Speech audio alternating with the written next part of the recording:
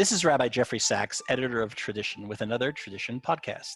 Visit traditiononline.org for all of the offerings in our journal, including the recent summer 2020 issue, and find Tradition Journal on Facebook to keep up to date with all of the digital-only content that we produce on a regular basis. Our listeners will surely remember that our fall 2019 issue featured a large symposium on Professor Chaim Soloveitchik's seminal essay, Rupture and Reconstruction, to mark the 25th anniversary of that very significant contribution to our journal. The central feature of Rupture and Reconstruction was its focus on trends in Ashkenazic orthodoxy in the 20th century. Given Professor Soloveitchik's well-known areas of scholarly interest and the community he was describing in the essay, it could hardly have been otherwise. Our recent symposium on the 25th anniversary neglected to offer other perspectives on the issue from a less Ashkenormative angle. We were pleased to reach out to Rabbi Joseph Dweck to offer a corrective, to offer his own reflection. He is uniquely situated to do so. For the last 6 years, he has been serving as the senior rabbi of the Spanish and Portuguese Sephardic community of the United Kingdom and is based in London, although he's a native of Los Angeles. Welcome to Tradition, Rabbi Dweck.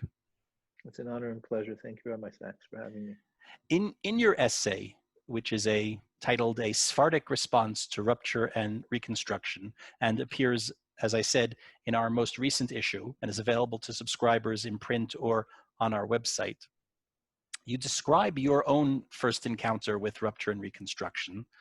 And it's so interesting how many of the authors in the symposium filtered their thoughts on the essay through the autobiographical, what it meant to you when you first read it, how it resonated and was in some ways dissonant with your own experiences.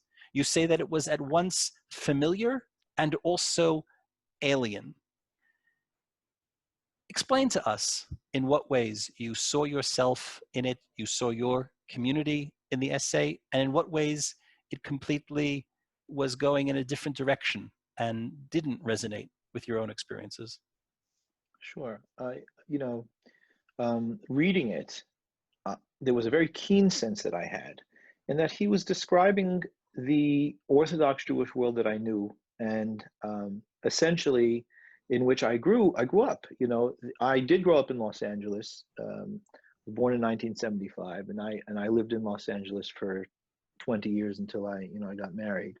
I was living in a Sephardic family, in a Sephardic community, a very small one in Los Angeles, but we were, of course, neighbors and embedded in a broader Ashkenazic Orthodox community. And so, I was very familiar with that world, the people, the rabbis, the culture. And, reading Professor Soloveitchik's description was not at all foreign to me in that sense. In other words, I knew what it was that he was describing. Firsthand, I had seen it and recognized it. But it also brought to me a very keen awareness that I had growing up, that my home, my synagogue, my Jewish practice was not like the parallel Ashkenazic practice and milieu, if you will, that was happening outside of my home and my congregation. And I struggled as a kid to find a reflection of my Judaism, what I knew and how I was raised, anywhere outside. Yeah, it was frustrating for me as a child. So that's why I say that it was at once familiar and at the same time foreign, because as far as my home environment was concerned, I didn't experience and know. I didn't know what he was describing in that arena, in that because the Sephardic, the traditional Sephardic world hadn't undergone what he entitles the rupture, which involved a break from the Mimetic tradition. These, of course, were all terms that entered the vocabulary of Jewish discourse only after his essay, but what he describes as the Mimetic tradition, in which members of a community are socialized into the religious life through the lived experience in the community, and in ways that broke apart in the Ashkenazic world.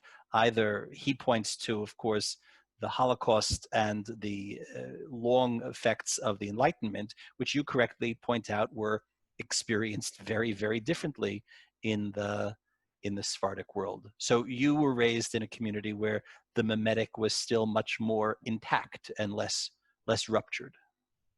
Yes, I think that that's probably the way that I would put it. I wouldn't say that it did not experience. The term I use in my article is experience tremors, not necessarily ruptures. Although it's certainly, the as a native of Los Angeles, you know what you're talking about. Right. Very good point. Yeah. Yes, I know them I know those quite well.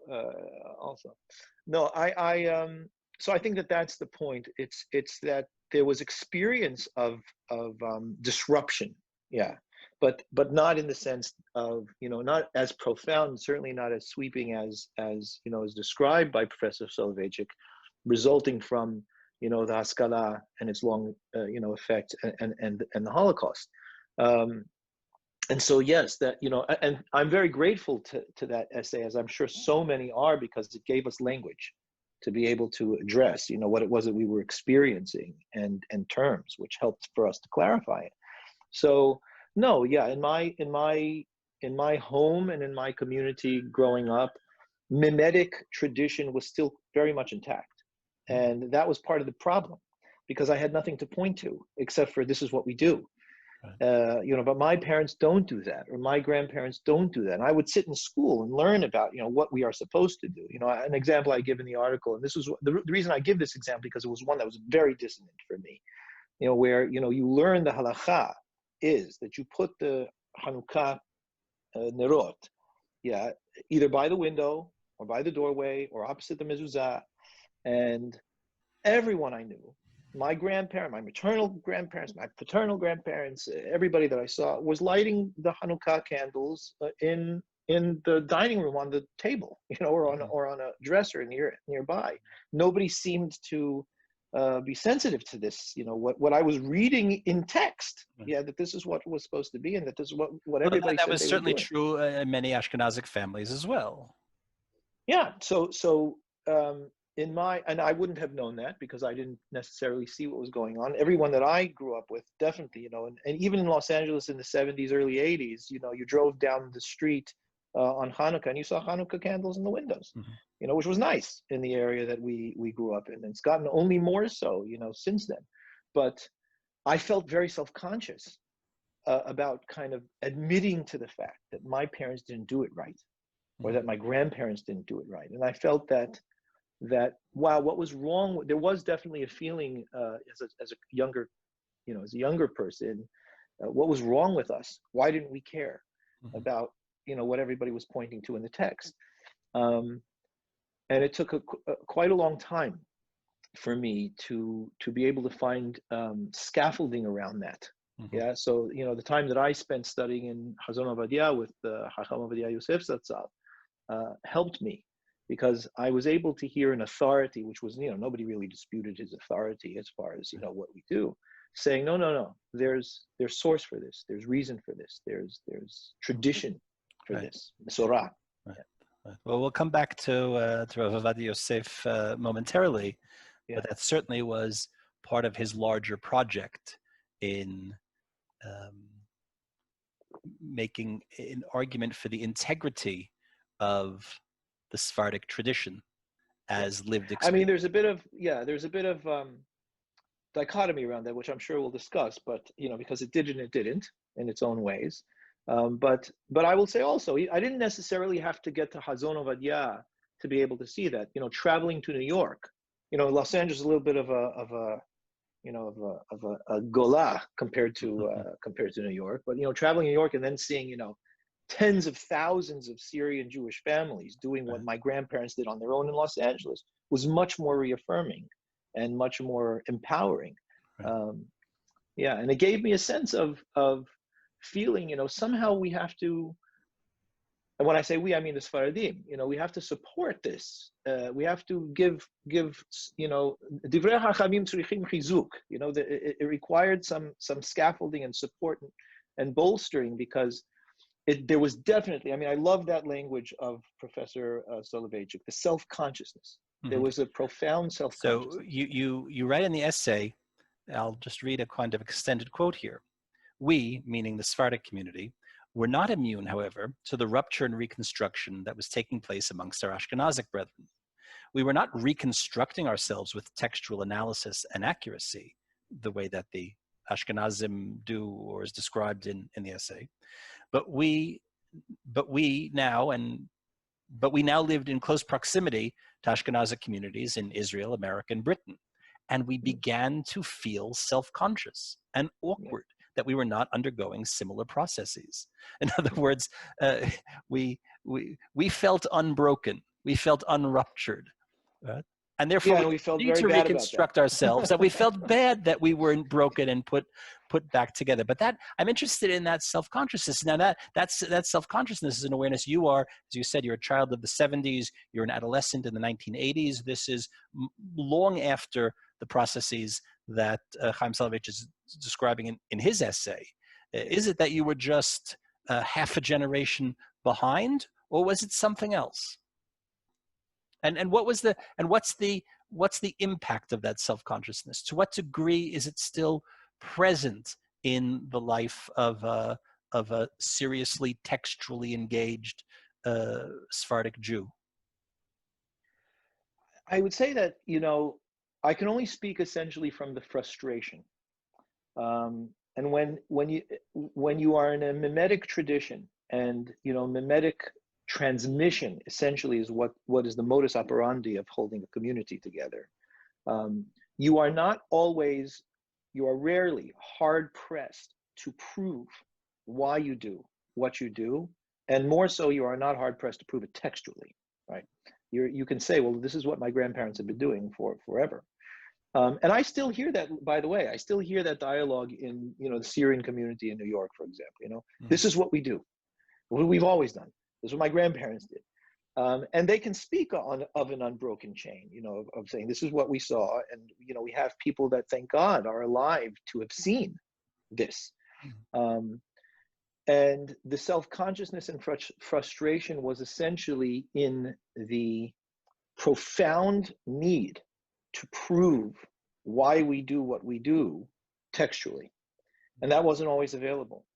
And so I can speak personally, you know, part of my desire to be able to study in a Sephardic yeshiva, and when I say a traditional Sephardic yeshiva, not a yeshiva that essentially had taken its norms and systems from parallel Ashkenazic yeshivot, you know, that was part of my desire to study with Chacham Ovadia, was that I kind of felt confident in his Misorah, right? And his translation saying, you know, when he said, this is okay, this is what we do, or yes, I know that custom. I don't do it, but I know that custom. I've seen that. I've heard that. There was like this profound validation that I had no access to almost anywhere else. Certainly not in texts that I knew, but sometimes yes. You know, sometimes there were obscure texts, which thank goodness he knew that many of us didn't. Well, there was hardly a text that he didn't know. Right. So that was helpful. Yeah. So that was the great frustration and self-consciousness, in that it wasn't just that we weren't broken. It was that there was almost this need to prove why we were not needing to be fixed, right? Why what we were doing was not in and of itself broken. And that's quite frustrating. You know, it's frustrating when growing up and trying to find one's own identity in an environment in which text-based authority is becoming more and more the center and prevalent in validating Orthodox Jewish life. Right. Well, this really brings us to the topic of Rav Ovadia Yosef. Now, I guess for full disclosure, we should mention you have a close connection to Rav Ovadia, not just as a Talmud, but through marriage. Yeah. So I married Margalit Bar Shalom, who is the daughter of Rav Ezra and Adina Bar Shalom. My father-in-law, Rav Ezra Bar Shalom, may live and be well, was a Dayan on the Beit Din Gadol for about 10 years, and before that, it was a Dayan in Tel Aviv for many, many years, for almost 40 years. My mother-in-law, Adina, is the first-born child of Chacham Ovadia Yosef. And a very well-known and well-regarded figure in the world of Jewish life and education here in Israel. Indeed. But the larger endeavor of Rav Ovadia, Zichrono Livracha, to create a pan-Sefardic tradition, to take these disparate communities. And I must confess, things really are so much better in this regard than they were 30 and 40 years ago. As a child growing up in central New Jersey, I was aware, of course, that I was Ashkenazi, and I davened in a shul that was Ashkenazi because everyone in my town was Ashkenazi, and I hardly knew any Sephardim. I was 25 years old, and I had completed the smicha program at Yeshiva University when I came on Aliyah. I am not certain that I had ever davened in a Sephardi synagogue in America before coming on Aliyah, or before having spent time in Israel beforehand. I'd never attended a Sephardic service in the United States. I knew that in Brooklyn there was a large Syrian community. I knew down the shore in New Jersey, between Memorial Day and Labor Day in those years, you could find a lot of Syrian Jews, but it was more or less off my radar. And probably like so many other unsophisticated people, I had a very distorted view of what the Sephardic world was like. And the irony here, and you point this out in the article, the fact that Art Scroll in the 1980s could produce a Sidur, which more or less conquers the entire Ashkenazic world. The idea that Ashkenazim, whether you're a Litvak or you're a Polish Yid or you're a Yeke, or whatever your background is, we can all quite literally pray from the same prayer book, is largely unimaginable in the Sephardic world. I had no appreciation for the finer distinctions, and you spend some time in the essay making distinctions between you call Eastern Sephardim and Western Sephardim, and of course they experience things quite differently, particularly the effects of the Haskalah, of the Enlightenment. But the idea and the achievement of Rav Ovadia to take Moroccan Jews and Iraqi Jews, North African Jews, Jews from London and Amsterdam, from the Spanish Portuguese tradition, and so on and so forth, from Tunis, and to create a kind of unified Sephardic world and a unified Sephardic psak was a very significant achievement. It came at certain cost.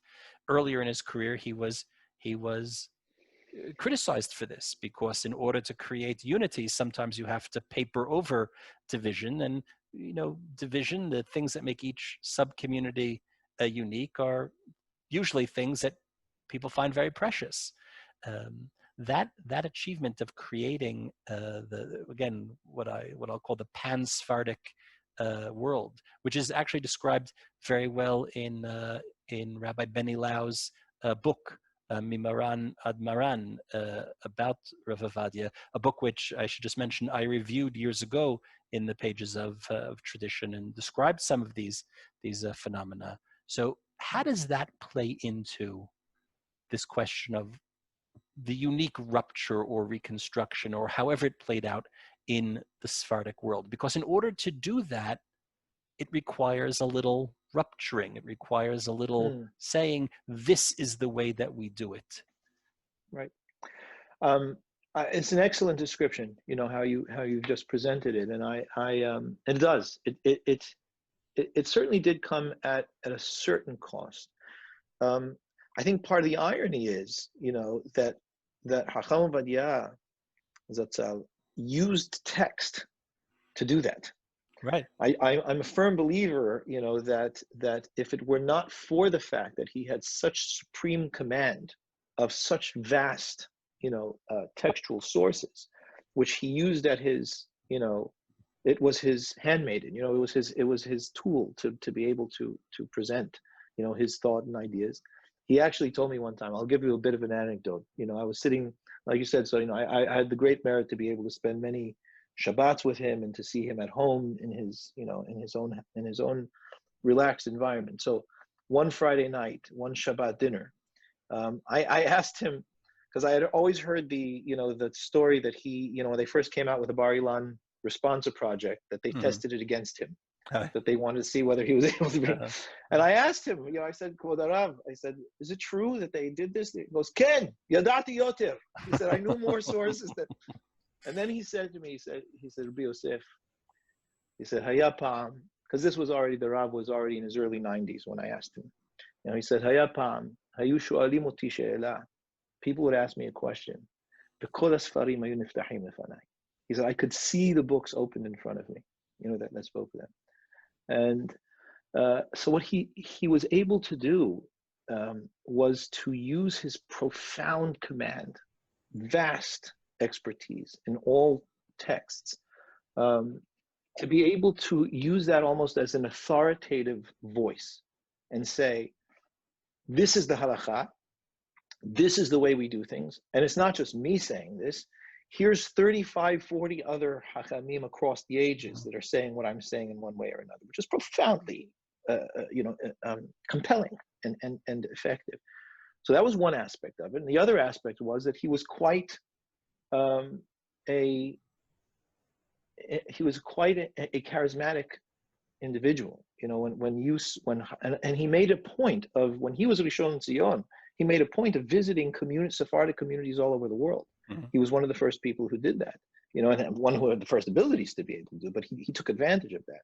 And so his office, his stature, his rhetoric, his writing, he marshaled all of that in order to be able to create this cohesiveness among Sfaradim in the world. But what did happen, and the cost that you mentioned, if we could call it that, some would argue, but if we could call it that, is that it did create this pan-Sephardic approach that kind of smoothed over or evened out the nuanced, unique minhagim, customs, differences, ethnic identities of the various Faradim. And so there was this very nice rivalry. I say nice because it was friendly, but there was a rivalry running between him, for example, and Hacham Shalom Mashash, who was the Rav Rashi, the chief rabbi of Jerusalem for years and years, where Rav Mashash was a Moroccan. And he stood strong. He said, it's wonderful that you have this Psak Rav Ovadia, but the Moroccans don't do that. We say Baruch Hu Baruch Shemo when we're hearing a bracha that we have to fulfill an obligation with, even though Rav Ovadia emphatically said that's an interruption. You can't do it. We're going to keep doing it. So there were those aspects, in where, but Rav Ovadia definitely, encompassed the entire Sephardic world. And he was uniquely, he had a unique ability to be able to do that. So there was that aspect of it, which, yes, it meant that there was some loss in terms of the particular ethnic minhagim that people had come from their respective, countries. What Chaim Soloveitchik would have called the mimetic. Yeah. Yes, right. So that did, the textual, the powerful textual base of Hacham Ovadiah's teaching definitely did tone down the mimetic practice, right? And evened out, homogenized the Sephardic practice or approach.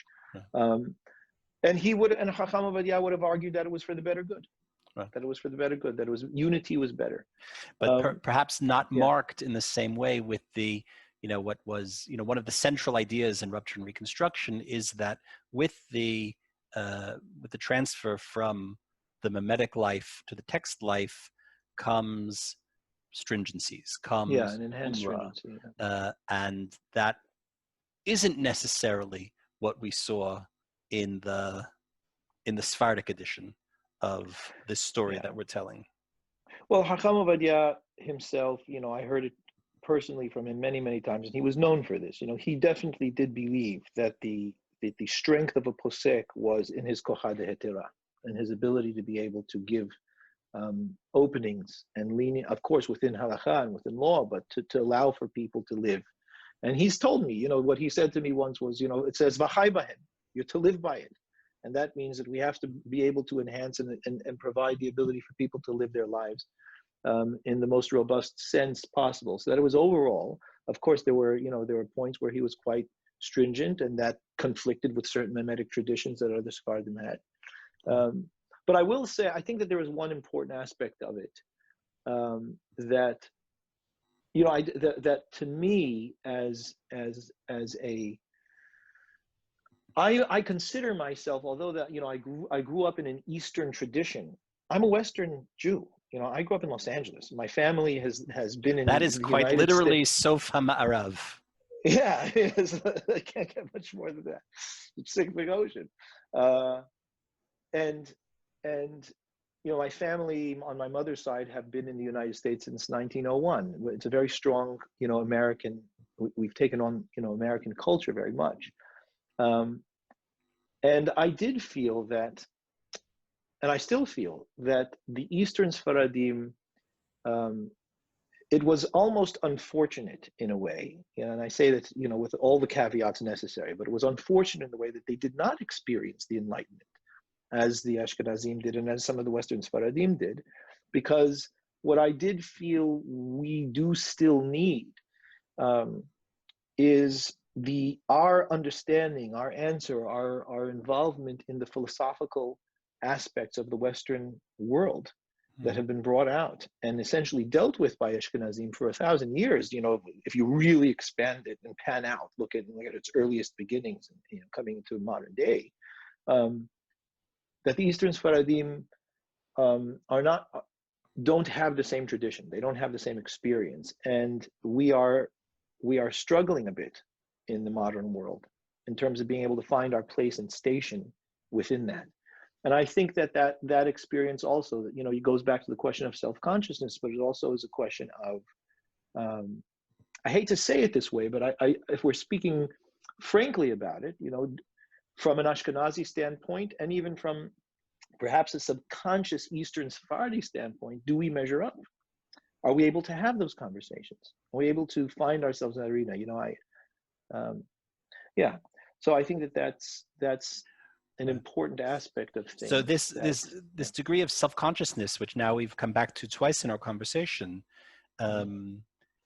you make a point, and actually it's a rather bold indictment that you make of your own community. And I guess that's part of the job of a religious leader, is to kind of point a finger or to lift the mirror to his own community, so that we can understand some of the shortcomings by way of correcting them. But the kind of Ashkenazification of Sephardic communities, as Sephardic communities in the United States, in Israel, in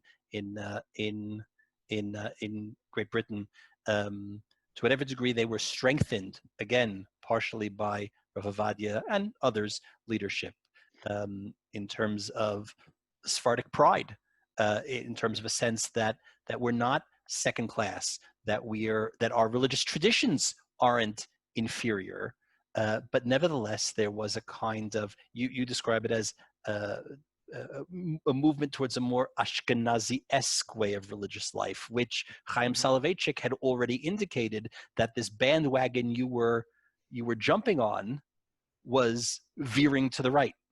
And along with that came the great astringencies and the chumrazatzia and etc. And more than the movement from mimetic to text was a movement from a more closed community to a community that was more greatly engaged with the Ashkenazic world. And here you point a finger and say the sheer outnumbering of Ashkenazim to Sephardim meant that a great majority of all religious schools and institutions were built and led by Ashkenazic rabbis and lay leader.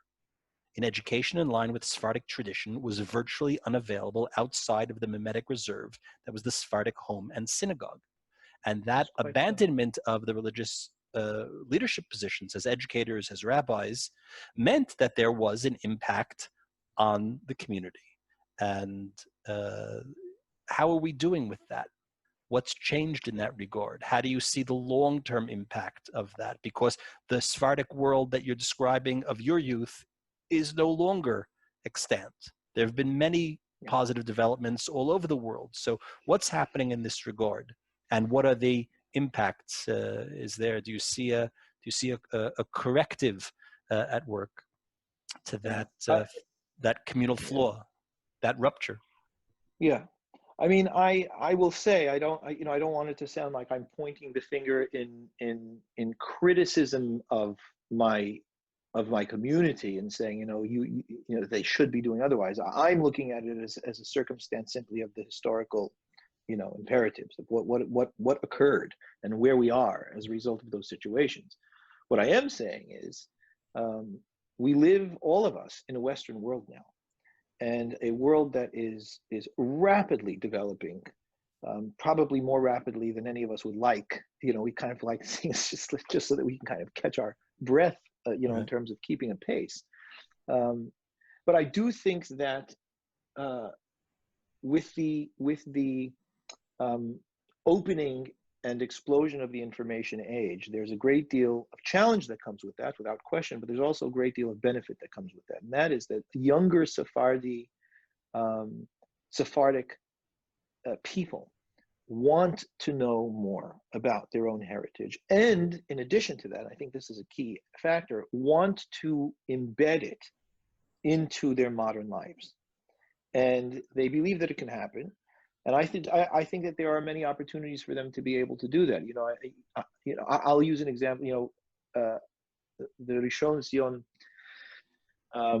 at the time, just prior to prior to Chacham Ovadia, which is around the time of the Hakamat Hamdina, was Chacham Zion Meir Chai Uziel.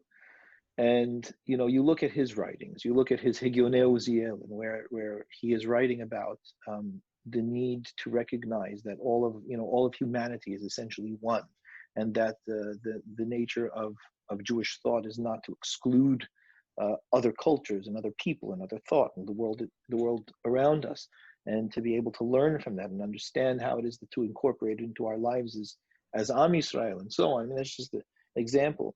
There is source, there is heritage of thought that we can access and that we can draw and learn from.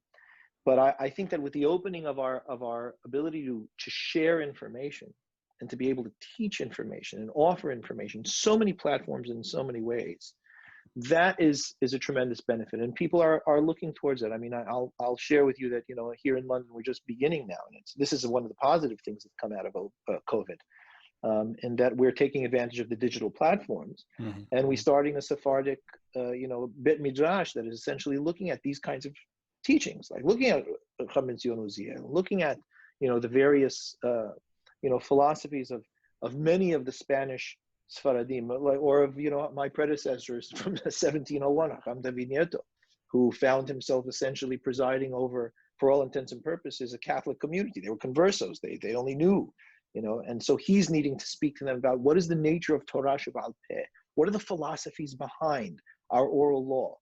These are aspects that are definitely starting to come into the discourse. People are seeking this; they're looking for this. They want to embrace these ideas, and we have an opportunity to be able to share that and teach that. And I think that's, from the time that I was growing up, it's a tremendous development. We have access to thought and philosophy, and therefore, like I was saying at the beginning, scaffolding for our lives that we otherwise did not have, or we were missing before. So that's a tremendous development. In the face of a kind of uncertain future, and we should say, of course, your essay was authored long before Corona struck, but in the face of uncertain future, you strike an optimistic note, but at the same time, you cautiously warn us against the break of the center. You describe the necessity that the center must hold going forward. So what is your Those were, I think, Rabbi Ephraim Goldberg. You're playing off of Ephraim Goldberg's contribution to the earlier symposium. The center must hold. And Yeah. he was not the first to say that, but his Yeah. sentiments are very sincerely held. Yeah. But what do you see the future developments in your particular community and in the larger Sephardic world, the larger Jewish world? Yeah. Well, I will say the center is the toughest to hold, if we're honest, because there is definitely an ease in being able to be drawn into the more extreme ends of things because they're clearer, they are more certain. The center means that you're constantly having to assess, how to interpret and understand any element that's happening in the world, the nature of the information. And I will say also that it's often the case, and this I think has run for all of human history. The elements that are more extreme are oftentimes more vocal. The center is doing a lot of thinking and doing a lot of assessing, and is a bit slower in processing, and therefore, it requires pensive pause in order for us to be able to really hold what it is that we want to hold. However, I will say that part of my personal optimism is that I genuinely believe, because we can speak with each other across the world in ways that we have never been able to before, which also means that we can connect with each other across the world in ways that we have never been able to before. I have much greater hope for it than I ever have, because where it used to be that you had to look for kindred spirits in a particular community, you can now find kindred spirits all over the world and create virtual communities of thought and practice and dialogue and discourse. The very fact that we can have this discussion is proof to that. So that, to me, I'm an optimist at heart, and I believe that the world is running towards a positive place, because I believe that Hakadosh Baruch Hu is running his world to a positive place. That's the core aspect of Even my when we are belief. sometimes like the proverbial rat caught in the maze or caught in the Yeah, COVID what I maze. always say, when speaking on this issue, I just say, pan out. It's true that any place you insert yourself, it's not going to look pretty, but pan out. Look at the general direction, and Hakadosh Baruch Hu, his world is moving in positive places, and it's important for us to have that hope and optimism towards it. And I genuinely do. I don't only say that from an intellectual place. I say that from an experiential place. There's beautiful connections and interactions and learnings and experiences that I have had, and I know many other people have had, as a result of the new technologies that have come out, that help us to be able to connect and form, a cohesion and connection. Or reconstruction. Or reconstruction, indeed. Chadesha menu kekedem, as we say. So yeah, I'm hopeful and optimistic about that. Well, on that note, we thank you for your time. We thank you for your essay, Rupture and Reconstruction, a Sephardic Response, which we were very happy to include, if posthumously, in our Rupture and Reconstruction Symposium from fall 2019. The entire symposium, the original symposium, can be found open access on our website, traditiononline.org. And Rabbi Dweck's article is part of our newest issue, summer 2020, in Tradition. Thank you, Rabbi Dweck. Rabbi Sachs, I thank you for the opportunity to share in the time as well. Thank you so much.